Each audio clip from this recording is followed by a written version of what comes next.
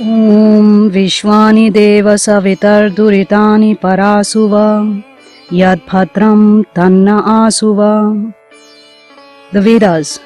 The name itself conjures up images of Sanskrit mantras with mysterious powers and mystic knowledge. What are the Vedas really? What is the knowledge they contain? Who wrote them? This presentation will try and give you an idea of what the Vedas are and what they contain. Vedas are universally accepted as the oldest books of mankind. For the Hindus, they are not just ordinary books, but the fountainhead of all knowledge, whether of the material world or of the spiritual world.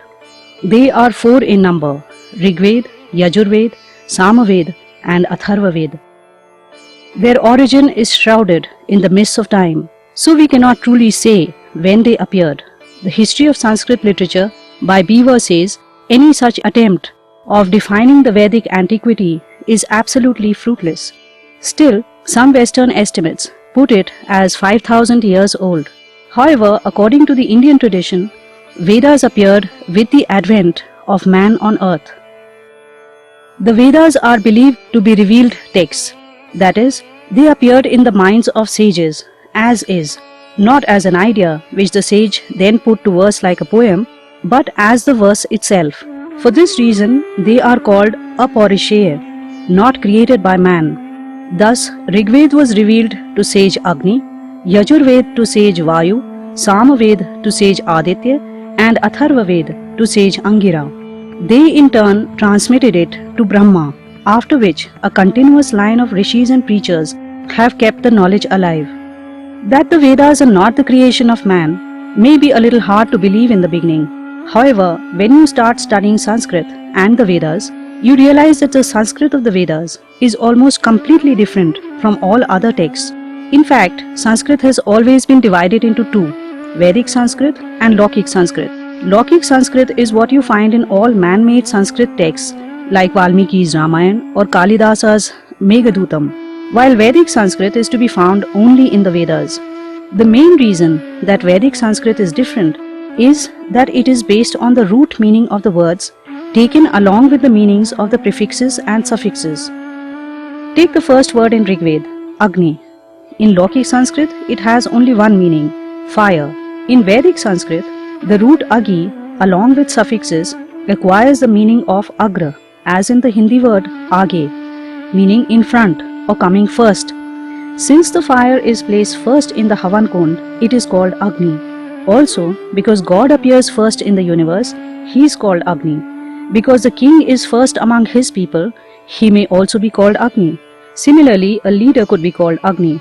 In fact, Agni can be derived from several other roots and has different meanings in those cases. Thus, in one small world, you can see how much complexity exists in the Vedas. Can you imagine how many meanings a verse can have? Due to this complexity, I find it very difficult to believe that any man could have created even a single verse. Like nature, you can keep unraveling meanings out of verses and never reach the end. It is mere stupidity to try and understand the Vedas after studying Lokik Sanskrit, and also while lacking the deep insight available to a true seer. This is the reason most commentaries available today, like the much regarded commentaries of Sion, who wrote an extant summary in the 14th century AD, and those written by foreigners like Max Muller and Griffith, which are themselves based on science commentary, are not credible. They very often give impossible or repulsive meanings to Vedic verses. One of the most authoritative commentaries is that of Swami Dayanand Saraswati, the founder of Arya Samaj and the reviver of Vedas in modern times. Aurobindo said of him, "Whatever may be the final and complete interpretation of the Vedas, Dayanand will be honored as the first discoverer of the right clues. He has found out the keys of the doors that time had closed and rent asunder the seals of the imprisoned fountains." Being Aparushaya, the Vedas are considered as proof unto themselves, that is, Swatah Praman, requiring nobody else to confirm their validity. In fact, they provide validity to everything else that is borrowed from them. I have read some of all the 4 Vedas, and until now I have not come across anything against science and scientific facts. In fact, it speaks of many things science has not discovered yet. Religion is usually at loggerheads with science laying an extraordinary emphasis on faith. The Vedas are probably the only exceptions that encourage man to question, explore, and constantly learn. Arguably, the tolerant attitude of the Hindus and their adaptability may be directly ascribed to this Vedic tradition. So now the million-dollar question: what do the Vedas contain? Vedas are a collection of verses called mantras that expound all knowledge necessary for mankind. Topics range from the common, biology, botany, physics, farming and irrigation, to the uncommon, dharma, karma and moksha. In short, all activities that form the basis of human endeavor. The idea is to give man a jump start into understanding the universe and his place in it. But this knowledge is in seed form, not as a manual, but as a pointer, saying, look here, you should check this out. For example, take the decimal system. It is universally accepted now that this system is the most suitable for scientific study. Indians were using it long before it became known to the West, thanks to the Vedas. Here in the first verse, the Eka, Dasha, Sahasram, Ayutam, etc. are powers of 10, starting with the power of 0, that is 1. Thus the verse is pointing towards using 10 as the base for counting. The next verse contains the 4 times table, Chatasraha, Ashto, Dwadasha, Shodasha, etc. The verse exhorts the reader through the words Yajnena Kalpatam to develop the whole science of mathematics through addition, subtraction, multiplication, division and so on. Similarly, many other subjects are covered in the Vedas. The importance of the sun, fire, electricity and wind as sources of energy is mentioned in many ways. The anatomy and physiology of the human body, along with its many ailments and their cures, are described in some detail. Steam engines, submarines, transmission of electricity along a metal wire, seeding of clouds, these are some of the more fascinating scientific subjects covered. Look at this mantra from the Rigveda on wire transmission of electricity. Yuvam pedave puravaram ashvina spridham shvetam tarutaram duvasyathah sharyair abhidyum ritanasu dushtaram charkrityam indramiva charshani saham. Meaning, O king and commander of the army, use the power of electricity along a wire to create light and weapons that are difficult for the enemy to bear.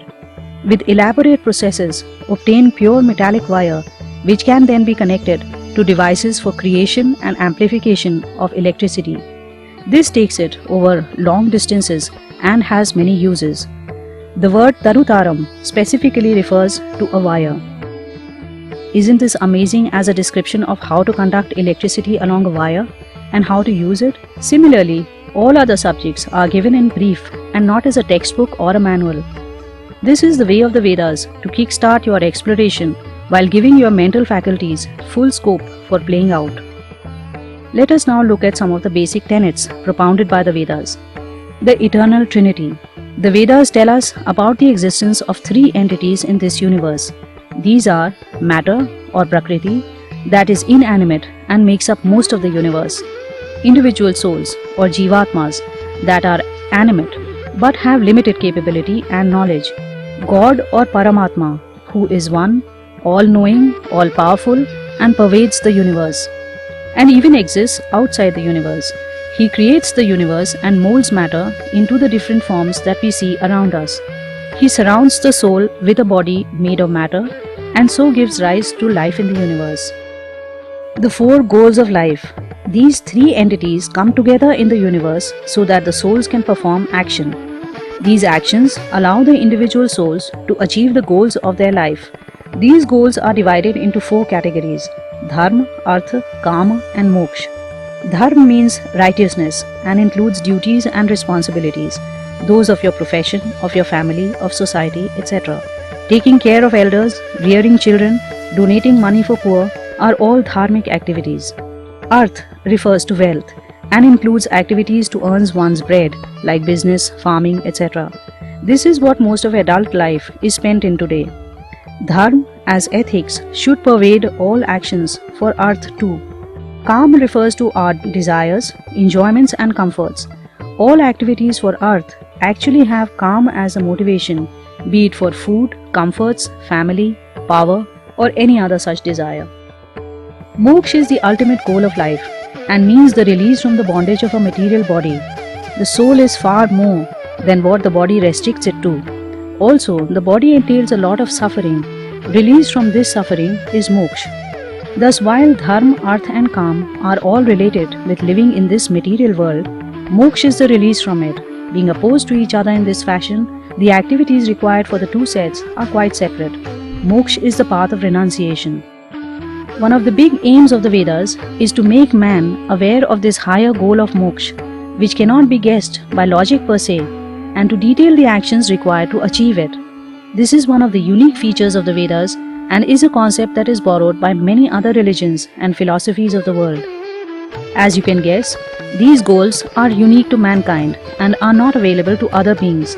While all other beings are destined to live very simple lives that have little scope for radical action, human beings sit at the pinnacle of creation and have considerable freedom of bodily action, speech and thought.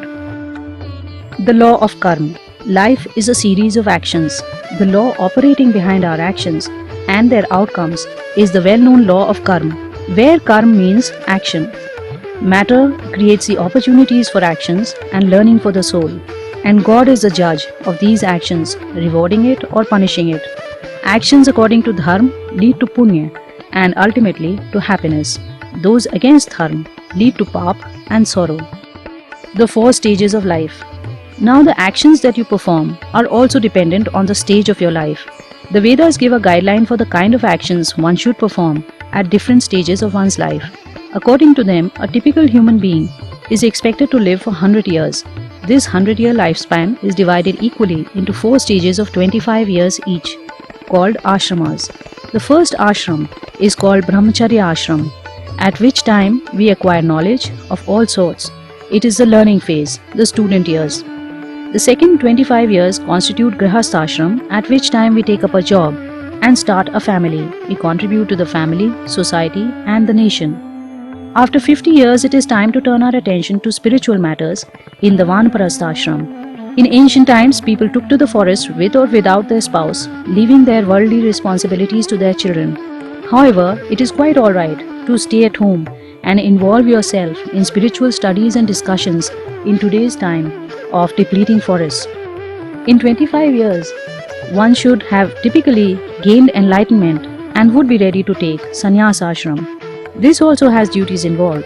The enlightened are required to roam far and wide, spreading their knowledge to the other ashramites, particularly the grihasthis, who are not able to find time to seek out sages. Looked at another way, in Brahmacharya ashram, one learns dharma. In grihasth, one applies dharma to enjoy artha and kama. In vanaprastha, one starts striving for moksha. Having achieved success, one helps others in sannyas. This is more a guideline than a prescription. If you wanted to continue in brahmacharya for life, you could. Or you could die a grihasthi. Or you could take sannyas after brahmacharya ashram. So there is sufficient leeway for individuals to follow their calling. The cycle of creation. Another interesting teaching of the Vedas is that the universe is born, expands to enable life, and then dissolves back into primordial matter. The period of creation or srishti is equal to the period of destruction or pralaya. This cycle of creation, maintenance and dissolution repeats itself ad infinitum. Like the rotating wheel, it has no beginning and no end. This kind of cyclical infinity is what modern astrophysicists are trying to comprehend and prove today. It is time to look at some beautiful verses from the Vedas. Yat kamaste juhumastanno astu vayam syama patayo rainam. This Rigvedic verse says, "May the desires with which we remember you come true, O God, and may we become the lords of all kinds of wealth." Clearly, the Vedas do not abhor wealth and consumption. However, they do recommend the way to enjoy it, as in the following 2 verses. Kevalagho bhavati kevaladi. The one who does not share his food and wealth with the learned or his family and friends is one who does not share his sin with anyone either. Tena tyaktena bhunjithaha. Enjoy the wealth of this world, but without becoming obsessed with it. These next 2 verses talk about facets of normal life. The first advises one to engage in agriculture, while the next one tells us to improve our health through naturally available herbs. Krishanit phala ashitam kranoti. The plough wielder, while tilling the land, becomes the producer of food. Drihamula magram. Yachavi madhyam yama yoshadhe kesha nada eva vardhantam shishnaste asitaha pari. Application of a particular medicinal herb will strengthen the roots of hair, make them grow at the ends, make the middle manageable, and make them black and flexible like the reeds on a riverbank. The next verse relates to the metaphysical. It is a verse to be remembered at the point of death. Vayu ranila mamrita mathedam bhasmantam shariram om krito smara klibe smara kritam smara. This body will return to ashes and finally to primordial matter. O soul, you have done your deeds. Now remember the Lord and remember your strengths, the knowledge that you have acquired and that which you have achieved in this life. Here a clear distinction is drawn between God, the soul and matter. Also, it is made clear that all that remains on giving up this body is the knowledge that you acquire and the deeds you do. The next mantra illuminates the path to moksha as one that requires meditation leading to union with the Supreme. Yunjate mana uta yunjate dhiyo vipra viprasya brahato vipaschitaha vihotra dadhe vayuna videka in mahi devasya savituh parishtutihi. Just like the most learned of seers who had merged their senses and their minds in the great geology of God in deep meditation, so also I, desirous of finding Him, sit alone in meditation. Thus we can see that the Vedas cover a vast range of topics, from the mundane to the mystic. A study of the Vedas indeed sends one on a journey of cosmic proportions. Just like when one delves into gross matter, one finds the atom. When one peers at the atom, one finds subatomic particles. When one explores these particles, more mysteries are thrown up. So also, the Vedic mantras yield more and more meanings as one studies them more and more. Swami Dayanand said that it is important for everyone to read and understand the Vedas, as they are our direct link to God and His method. For those who have understood well even parts of it, they must take the pains to transmit it to others. I hope you too will undertake the journey to discover Vedic wisdom, because there is only one path to discover God, and that path lies through the Vedas. Nanyah pantha vidyate yanaya. Om Sham. Dhanyavad. Namaste.